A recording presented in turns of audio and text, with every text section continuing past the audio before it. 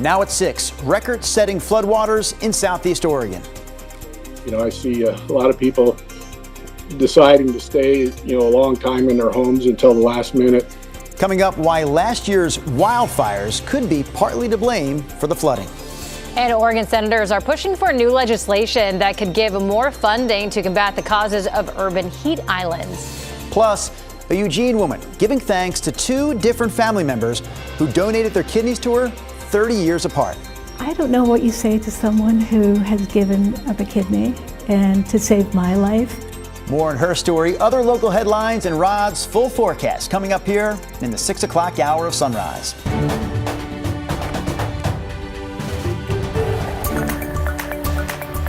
Good morning, and thank you for joining us on your Tuesday here. I'm China Green. And I'm Drew Carney. It is Tuesday. It's April 1st. That means it's also April Fool's Day. Yeah. Rodney Hill, as we bring you and Chris into the mix, I'm going to ask you, Rod. Yes. What is the most famous movie line ever using the word fool? Oh, my goodness. Chris. Rocky 3. Oh, God. Mr. T. A pity the fool. Thank you, Chris. Thank you. No, Chris got it. Thank you very much. Chris gets the high five on this April Fool's Day. A pity the fool. Boys. Been able to come up and with Rocky. A pity the Feel fool. like a fool. All right, here's a look at where the rain is and isn't. We've got showers down around Eugene and actually some snow getting up in the Cascades down in that area. But here locally, Albany Northward, we are dry. And it looks like this will be dry all the way into the noon hour today. A view of the Courthouse Square from our Pioneer Park building. 41 is the number. We have some fog areas around, but nothing widespread. Otherwise, it's kind of partly cloudy out there. We'll be 50 at noon, still dry. And then in the daytime heating hours, 3, 4, 5, 6 o'clock, look for some spotty showers with the sun breaks to develop. 56 the high temperature. Here is Chris McGinnis. Rod, thank you for that. Let's take it to Clark County. We'll zoom in. I-5 southbound, get a little bit busier at the Interstate Bridge, but so far no major trouble on that side of town. Rolling along okay on the Banfield as well. I-84 looks good. No major freeway trouble out there just yet, but a heads up if you plan on traveling on SR4 through Cowlitz County today, tomorrow, and Thursday. WashDOT doing some tree trimming and road maintenance, and that means they're going to be alternating lanes between Stella and Germany Creek Road. So expect delays up to 15 minutes as you navigate through that alternating traffic and the pilot car. Again, that's over the next couple of days. Guys? All right, thanks. Nobody's seen anything like this since the 1940s. This morning, we're hearing more from a southeast Oregon Harney County man as that area continues to deal with severe flooding. Oregon Governor Tina Kotek, we know, declared a state of emergency for that part of the state over the weekend. We talked yesterday about how the quick melting of a heavy snowpack led to that flooding. Parts of Harney County have some of the highest snowpack in the entire state, and now that snow is melting into the Silvies River. Also worth noting, last season's wildfires might be partly to blame for all of this floodwater. That's because about 200,000 acres burned last summer from the Telephone and Falls fires, all during Oregon's record-breaking 2024 wildfire season. The vegetation that would normally hold the snowpack up there, the kind of melt at measured levels through the summer, it doesn't exist anymore, so it's all kind of black ground. And the Oregon Department of Emergency Management says it's going to be seeking help from FEMA. Now, there are a number of ways that people are getting help in Harney County. They can head to the City of Hines Public Works to get sandbags. There's also an emergency shelter set up at the Memorial Building at the county fairgrounds, and people who need a place to park their RVs can take them either to the fairgrounds or over to Hines City Park. You may see road signs on your way to work that look like this morning. Washington State Patrol is asking for the public's help finding Dean Kirby, who was last seen in Kelso in the early morning of March 28th last Friday. Now, here's what he looks like. He's 62 years old, 5'7", 260 pounds with gray hair and brown eyes. We do have a picture for you. We can probably get that sometime within the next few minutes here. But Washington State Police say he is not able to return home without assistance. If you see him, call 911. Clackamas County deputies are warning you to stay safe near local waterways after a man was found dead in the Sandy River. Deputies say 911 callers reported someone fell into the Bull Run River last Tuesday. Witnesses say the man was swept downstream towards the Sandy River. The body was found Sunday about 2.5 miles downstream from Dodge Park, where the two rivers meet. He was later identified as 27-year-old Caleb Breathwish.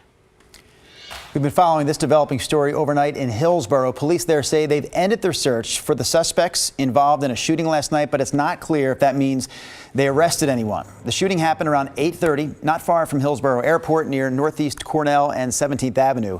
Police say the person who was shot was taken to the hospital, but they're expected to survive.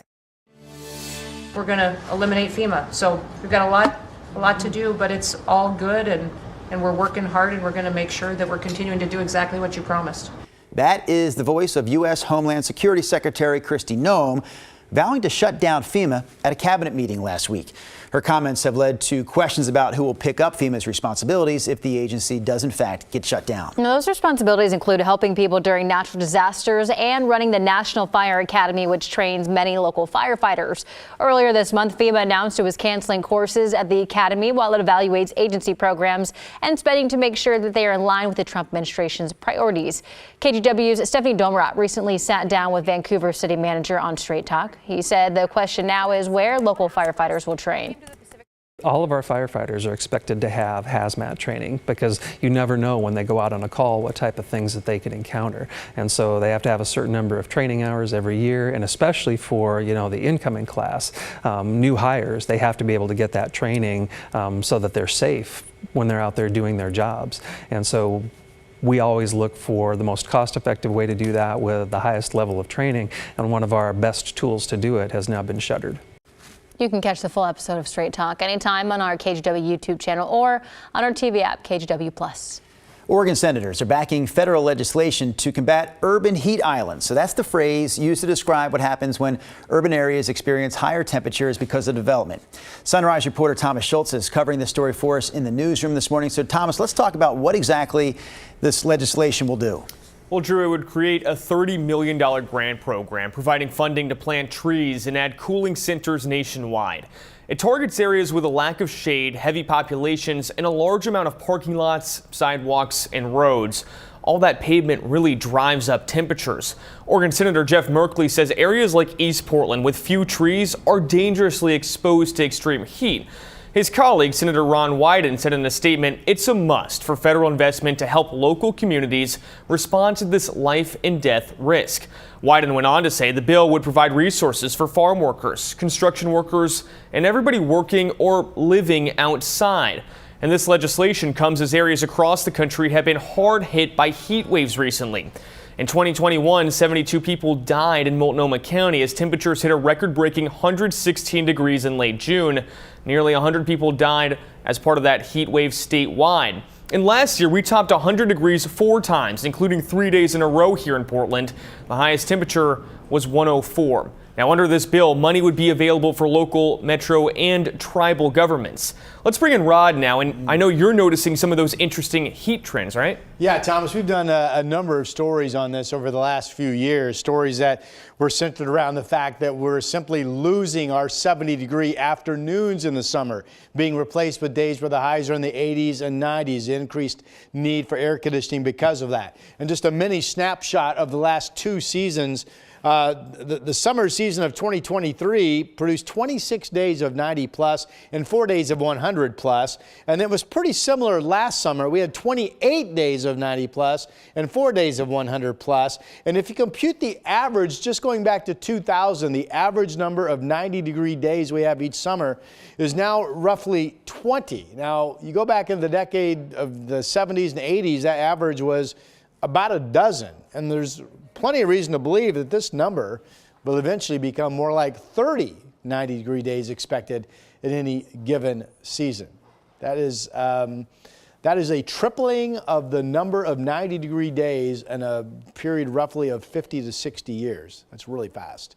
Here's a look at what we're looking at on our radar this morning. We got rain down around Eugene, but from Albany northward in our local area, we are dry. Look at the cherry blossoms and the lights on the mall in front of our capital, 41 degrees down in Salem. We do have some areas of fog, but nothing that's been reported as overly widespread or thick, and otherwise it is kind of partly cloudy out. 37 in Vancouver. It's now freezing up in Battleground. Signs of a dry, partly cloudy night with light winds. 42 down in Albany. I just want to point out on Futurecast, this is in the 4 o'clock hour. We do have an afternoon sunbreak, scattered shower popping forecast. Temperatures 40s across the east, 50s here on the west side. It could be 51 in Madras. Showers tomorrow will be more throughout the day, and then we go on that dry run Thursday, Friday, Saturday. I've changed Sunday's forecast. Instead of being sunny and warm, now we've got clouds coming in with some developing rain, and that is your forecast.